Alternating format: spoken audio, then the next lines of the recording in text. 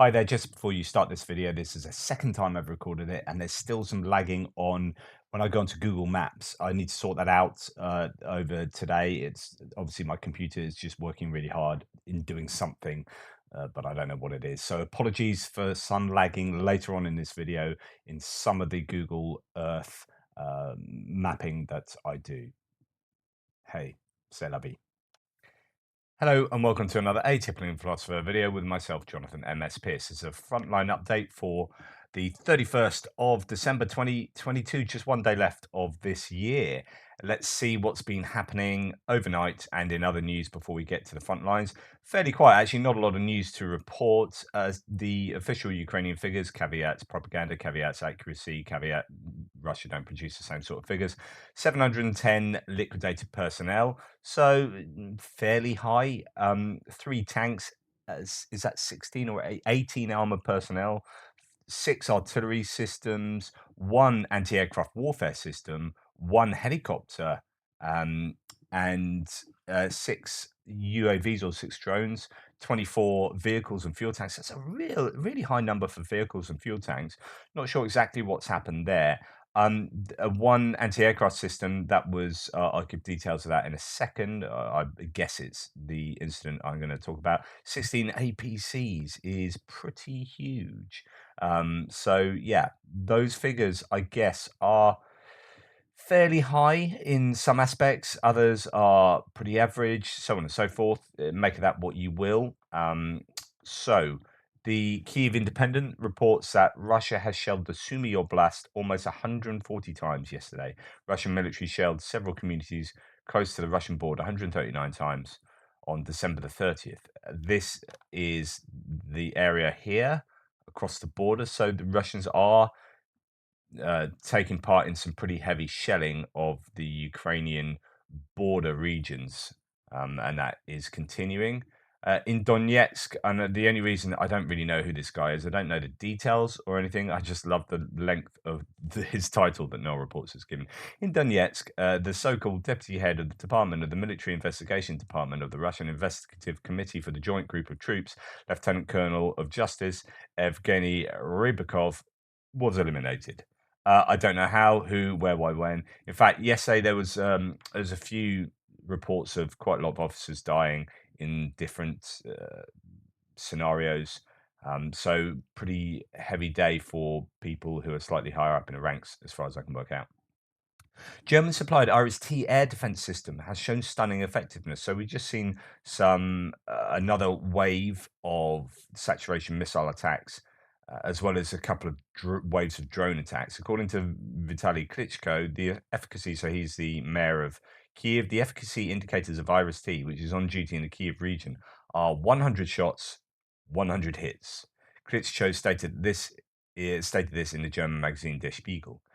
That is amazing. I mean, last wave of attacks, of missile attacks, I think garnered a 78% interception rate, which is pretty good. But for Iris-T to have a 100% hit rate is, well, nothing short of perfect. So that's amazing, really good, and shows the usefulness of such systems. Of course, how many do they have? How many are they likely to get? How expensive are they? All those kind of variables and factors need to be taken into account. Talking about missiles, although these are surface missiles, ground attack missiles, what part of the battlefield can Ukrainian HIMARS or M270 reach using ATACMS GMLRS, ERGMLRS, and GLSDB?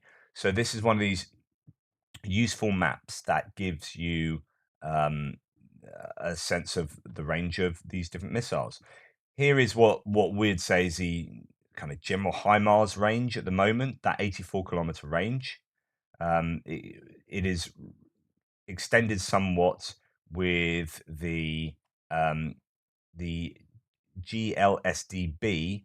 So that's something that Ukraine will be getting. They are the kits that you can put on to other ordnance to give them, guided and much further reach and range. So that takes you to the edge of the yellow, and the ATACMS, which gives you a 300-kilometer range, gives you to the edge of the red area. Now, this So at the moment, HIMARS gives you 74% of, or 74.4% of Ukraine, 1.9% of Crimea. The GLSDB will give you 30% of Crimea and 87.1% of Ukraine. So still gives you a tiny bit out of range of Ukraine in certain areas. And the ATACMS gives you 100% of Ukraine, Crimea, and the Kerch Bridge. So just to give you a little bit more um, detail here, that's what you get for the different missiles. And yeah, it would be really useful if Ukraine could get longer range missile. That's a thing that everyone is shouting about. But that's quite a nice infographic to give you an idea of the different ranges of different ordnance. And just talking about that AA complex that was taken out on December the 29th. So actually, this is 2 days ago. Polohy and Velika Belozerka were hit by the Ukrainians in the Zaporizhia region. The Russians lost 115 militants wounded, soldiers wounded, 5 pieces of military equipment, an AA missile complex, and an ammo depot. So just to give you an idea of where they are, Polohy does get hit very often. It's that and Tokmak are the favourite places. Velika Blazerka is over here, just south of Ernodahar, Hudar nuclear power plant.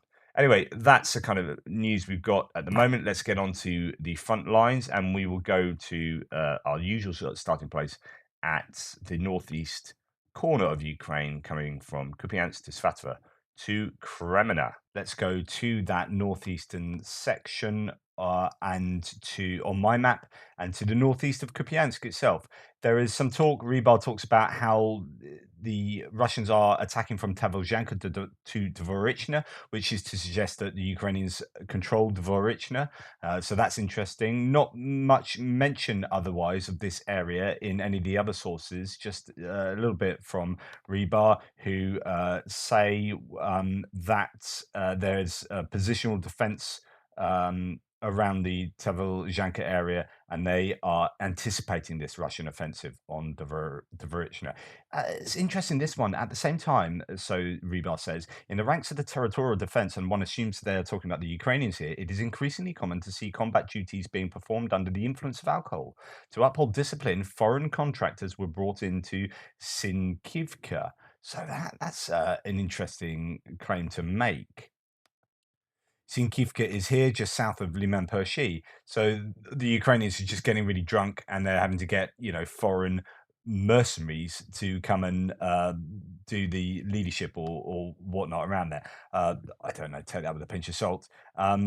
As we come further down south, well, let's have a look at what Noel Reports has to say. Kraken have liberated Novoselivska. We've actually seen some video footage of a T-90M tank being destroyed and a couple other vehicles in Novoselivska by the Kraken, although that was, I think, sometime previously. And Noel Reports has adjusted the Kupiansk and parts of Kolomoychika to Ukrainian control based on the general consensus of the multiple Ukrainian sources. And this puts Russia in Kazumivka in a bad position. Russia's possibly preparing an attack on Makivka. Okay, let's take that into account. So as we come further down south towards Svatova, so we've got Svatova, just to give you an idea where we are. Svatova is there, Kupiansk is up here, and we are looking at the Kuzmivka area where Novoselivska is apparently under Ukrainian control. Again, this is on an elevated position above Kuzmivka, and that puts Kuzmivka in a dangerous position. But that was the case before. Previously, the Ukrainians had to retreat out of Novoselivska. So, but I think the momentum is certainly going eastwards for the Ukrainians. Kupiansk appears to be under Ukrainian control. Parts of Kolomoychika as well. The ISW has to say that that there are repelled attacks, usual kind of stuff. But Stelamakivka and Jerelna are attacks from the Russians around there. So if we come, that's just south of Kolomoychika towards Stelamakivka there, but Jerelna here. Now, Defmon also talks about this. Ukrainians repulsed attack around Stanamakivka. Wolgonzo reported Russian attacks around there and Zirelna, which made me retract the Russian line from the town and move the Ukrainian forward line to include the town. So previously, He'd had the Russian line, the Ukrainian line sitting behind Zhirelna, but since the Russians are attacking there, the Ukrainians must be there. He also has reinforcements coming down into Svatova. So this is Defmon talking about reinforcements being brought down this G lot, this ground line of communication, down into Svatova. So that might be something to bear in mind. As we come further down south, it's all the usual stuff, repelled attacks, so on and so forth. But there is possible talks of a Russian counterattack towards Makivka, as you heard mentioned there, and possibly, and I don't know if ISW are mentioning this counterattack or incursion that the Russians did that I reported yesterday, where they gained some heights just south of Ploshchanka. The ISW reports that the Russians advanced northwest of Kreminna from Ploshchanka. So from Ploshchanka, that's interesting, towards Makivka. So that would be to say that if they're going from Ploshchanka, or is it from the Ploshchanka area? Because that was under Ukrainian control. It might not be anymore. That could be an interesting development. Towards Makivka, a geolocated footage posted on December 29th additionally shows Russian soldiers on tactically significant heights near Bilorivka. Okay, so let's have a little think about Bilorivka. As we come further down south, we've got repelled attacks around Chervonopivka. We've got the claims yesterday of Ukrainians being 2.5 kilometers from Kreminna, so really close to Kreminna on the south, and attacking from multiple directions there. But we haven't really heard a lot about Dubrova, Kreminna too much today. No reports says here that the Ukrainians conducted recon north of Bilorivka, actively probing enemy positions near Shiplivka, and Russians speak of an upcoming attack. Ukrainians repelled an attack on Chervonopivka, and south of Kreminna let the AFU do their job. And Defmon has quite a lot of lines drawn on his map around the sort of Bilorivka area and the Kreminna area. So let's make sense of that. Now, if so, the ISW are talking about the Russians have gained some heights near Bilorivka, but no reports are saying that the Ukrainians are sending recon, possibly recon enforced attacks towards Shiplivka, or certainly recon. Uh, and that those are two kind of different things going on there. Let's look at the topographical map. Here's Bilorivka. There's that sort of quarry area that we see here. That white area there is signified here. So the heights, if they've gained heights, it could be, well, it's almost certainly south of Bilorivka, maybe southeast of southwest of Bilorivka uh, here. So the Russians are already around this area anyway, as according to my map, they could have made some progress towards the west. So the Russians could be pushing on here whilst the Ukrainians are pushing on northeast. So two kind of separate, not quite contradictory, but don't quite sit that well with each other. Anyway, claims about what's going on in Bilorivka. Quite a bit happening there by the looks of it. As we come further down south towards Bakhmut, we have a lot of activity going on in Spirna, Berestova, and this Bilorivka. All the towns appear to be contested, or villages. As I've got here, a bit of confusing line, not quite sure exactly where people are around here. Some of my Ukrainian lines are still where they were before I heard about sort of Russian advances. What Defmon says around here, as we come further down south, is that Wargonzo reports attacks in the direction of Rozdolivka, Vesele, and Vimka. So these are behind the lines. So we've got Yakovlivka here, Bilorivka, Berestova, Spionet. So these are all contested. A lot of fighting going along there. The Ukrainians have been pushed back. By the looks of it, pushed back to Ivano-Dorivka here. There are attacks towards Vimka, Vesele, and Rozdolivka, but of course, towards means that that fighting could still be in Yakovlivka. Defmon here has a grey zone still in the northern area of Yakovlivka, so unsure of exactly what's going on around Yakovlivka there, but certainly attacks going westwards here towards these places, and it could be that the Ukrainian lines have been pushed back as per Defmon to, for example, Ivano Derivka here from Spirny. So I will be tidying up these maps over the next day. As we come further down south, there's a lot of claim about oh, come on fingers, a lot of claim about Solidar and the Russians sort of doing a lot of heavy fighting around there. Also Pidorodna, and making some small gains in gaining some outposts there, but that can often mean just simply the odd house. So let's look at a couple of the rebar claims concerning this area. Intense fighting continues around Bakhmut and Soledar. In the Bakhmut area, Wagner assault units are pushing through Ukrainian armed forces strongholds in Opitny. That's to the south of Bakhmut. Fighting is taking place on Shkolna Street near the Agricultural College. Ukrainian tanks are firing indiscriminately at advancing Russian units from Ilyich Street. A bizarre thing to say that, because if you've got soldiers running at you, then of course you're going to be firing indiscriminately. I don't know. That seems to be insinuating that's a bad thing that the Ukrainians are doing. Like that's literally what war is. Odd. Northeast of Bakhmut, Russian forces established control over two outposts near Pirhorodny and one outpost in the direction of Krasnohora from the side of Pokrovsko-Bakhmutska. Okay, let's make a little bit of sense of that before we go on.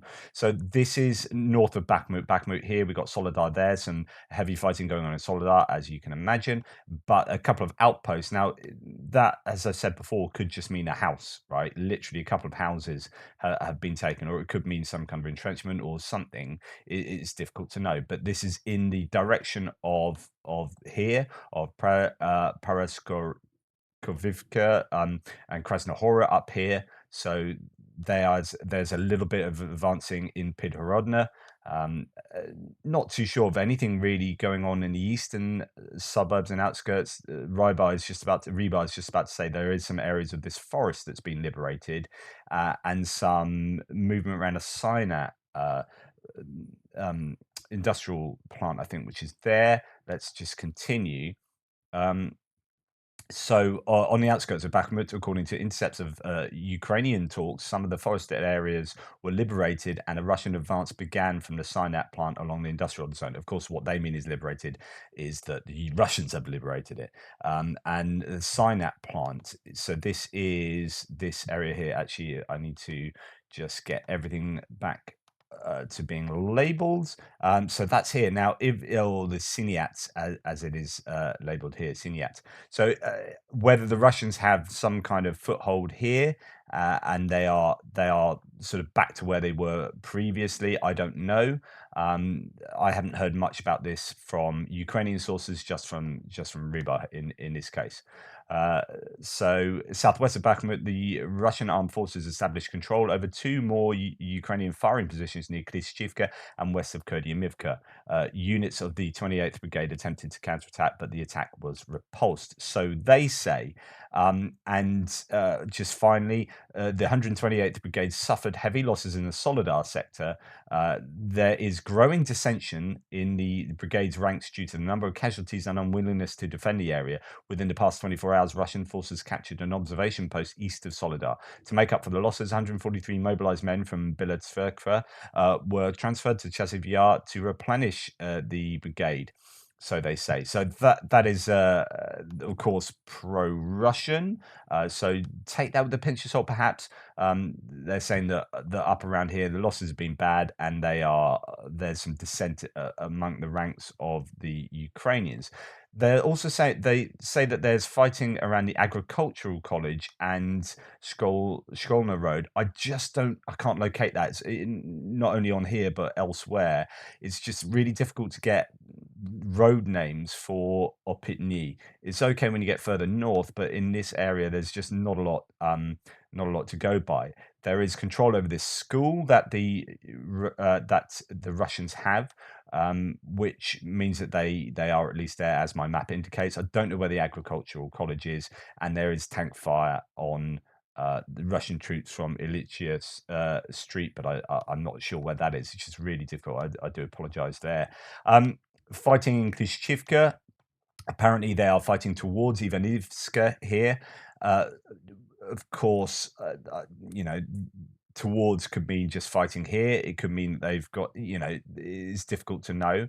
There are perhaps elements of the Russians in the eastern outskirts of Klishivka, as mentioned yesterday.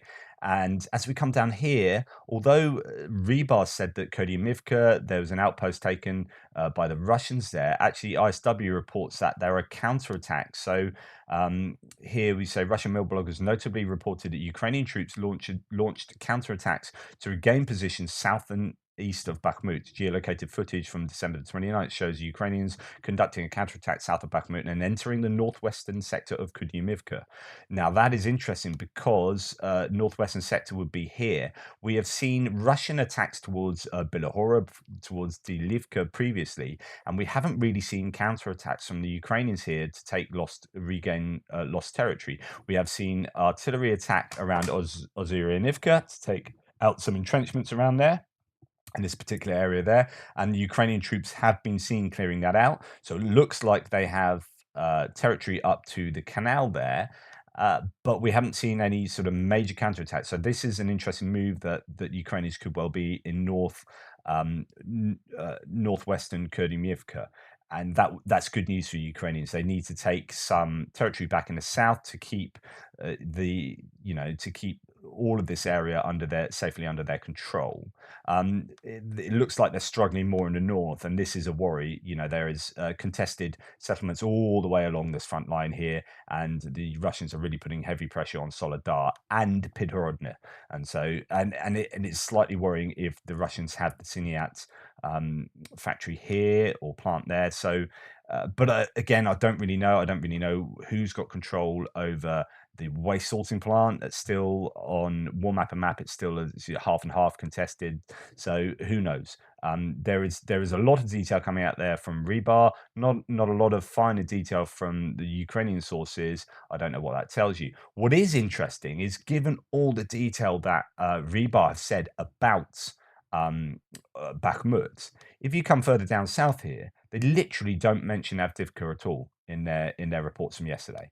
At least not that I've seen. So that I think that's quite interesting. The claims from ISW and Ukrainian sources are fighting in Opitny, Vodyanye, Pervomaysky, and Nivelsky, which is a small settlement here. That there's been repelled attacks every day there. I haven't actually reported them, but they have been taking place.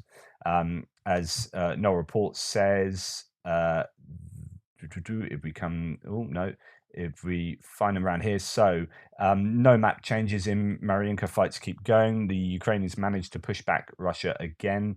A little bit southeast near the Trofima grocery, but it's all very fluid. Avdivka, now mostly artillery battles, and Russian shelled Vuhledar and Novomykhailivka. So what that tells us is that down here in Marinka, there is a bit of success for the Ukrainians just near the Druzhba Avenue, Druzhby Avenue, near the Trofima grocery, which is there. You can see that marked on the map usefully.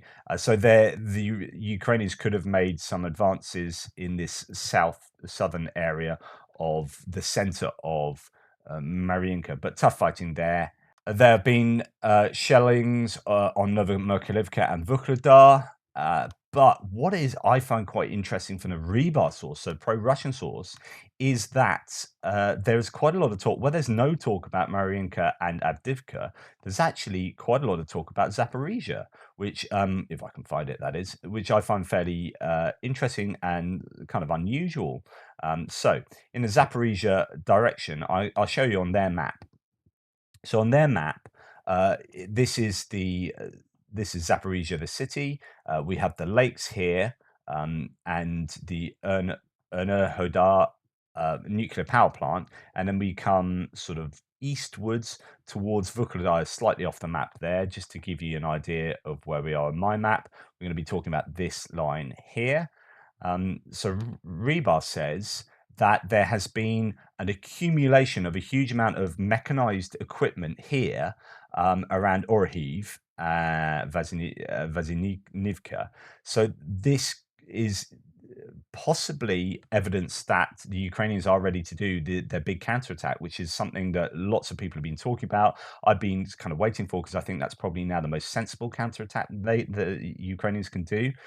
Yes, it might be worth attacking towards Starobilsk. That there's talk about Kreminna so much at the moment, but I think that you could do damage to this railway line through HIMARS activity, and you don't necessarily have to attack through to there. I don't know that it gives you that much advantage if you can get the advantage of taking out the logistics from a distance. However, I think you will get a huge advantage if you can cut this entire region in two, so that if the Ukrainians can advance down, maybe take out Tokmak, you're taking out this railway line and the roads as well. It will cut off Melitopol, it cuts off Crimea and the Kherson Oblast here from supply, and that's huge. And then from sort of down south here, you could depending on how much territory you gained, play some HIMARS and have some interesting time with them, taking out key positions further towards Crimea and near Melitopol with artillery and whatnot. So I think that'd be a really useful counterattack. And according to Rebar, that is evidence in a massive accumulation of military hardware.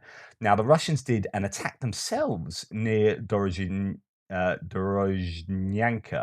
which is unusual. You don't see them attacking too much around here very often. And then the Ukrainians pulled out a counterattack back at them, so to speak. So if we look here, Russian forces are carrying out small attacks in certain areas. Ukrainian command plans to storm Russian positions in the Orhiv sector. Ukrainians brought 100 plus vehicles along with personnel from an unidentified unit. So there's that claim. And that in the Polyhi sector, Russian assault units broke the airview's first line of defense west of Dorozhnyanki. So that's what it's just saying. A company of the AFU 59th Brigade was brought in to counter-attack. And if we come down here, so this is what the ISW say about that. Zaporizhzhia Oblast administration reported that Russian forces remain focused on defending their positions in Zaporizhzhia Oblast. However, ISW has not observed any indicators that Russian forces are preparing for or conducting offensive operations in Zaporizhzhia. So they're now doing some fighting, but it doesn't look like it's a major offensive. Russian forces may be conducting limited operations to improve their tactical positions. So tactical means, a much smaller kind of localized objectives in mind, whereas operational or strategic is a much larger sort of view of things. So it could be that they are doing limited operations to improve their tactical positions in Zaporizhzhia, but such tactical actions do not suggest that Russian forces are preparing for future offensives on the operational level in this section of the front line. Yeah, interesting stuff there. Rebar showing that the Russians are certainly more active than they have been for a long time along this front line, but not really reported in other sources, in Ukrainian sources that I normally use. There is a usual kind of HIMARS activity, a lot of shelling in the Kherson area. So a few things to report from the area. Russians shelled the territory of Kherson region 60 times. They attacked peaceful settlements. So Flash News says of the region with artillery, MLRS, mortars and tanks, says the head of regional military administration, Yaroslav Yanushevich. Adding to that, no reports said that on December the 27th, this is a few days ago, HIMARS handed over some gifts to Russia, amongst them 11 officers and the commander of the 37th Motorized Rifle Brigade was successfully demilitarized in the Kherson region. Now, I told you that there's a few officers and other higher members of the command taken out, and that was one of the things I was referring to. So anyway, not a lot otherwise to report from this whole area, really. Just what I've said. It'd be interesting to see whether anything takes place in Zaporizhzhia. Obviously, Bakhmut is a consideration. Everywhere else seems to be a bit of a stasis south of Bakhmut, and then up here, it seems to be all about Kreminna. Be interesting to see about Bilorivka, but also about Kuzumivka area and inching closer to Svatova, as well as up here in the Kupiansk region in Tavolzhanka. So there are a number of places where things are happening, albeit slowly. Hopefully that was of use. Sorry, it's a bit bitty today. I had already recorded this and it was all laggy and horrible, so I've re-recorded it. That's why it's a little bit late today. Massive apologies. I hope this is of use. As I say, might not have time to do the Ukraine War Update extra video today, but I'll do one tomorrow. I'll certainly do a frontline update tomorrow. Thank you so much for all your support. Happy New Year. It's been a real privilege to have you guys along with me for the last few months. The support has been fabulous. I really appreciate it, and I'm also honoured that so many, like, YouTube is a right cesspool of comments, and I've said this many times. I'm going to say it again, just as a big thanks at the end of the year. Like, the comments on these threads are so informative, and most of the time so respectful. And there are people who watch my videos who are far more knowledgeable about these things than I am, or even certain areas have had experience, military experience using certain bits of machinery that they are willing to share that expertise here in a really useful way. I really appreciate that. And so, and lots of other people have been commenting how the threads are really productive. Just long may that continue. Really great. Thank you so much to all the people who regularly comment and thus follow this channel. Props to you all. Big love. Thank you so much. Take care, and I'll speak to you tomorrow or later.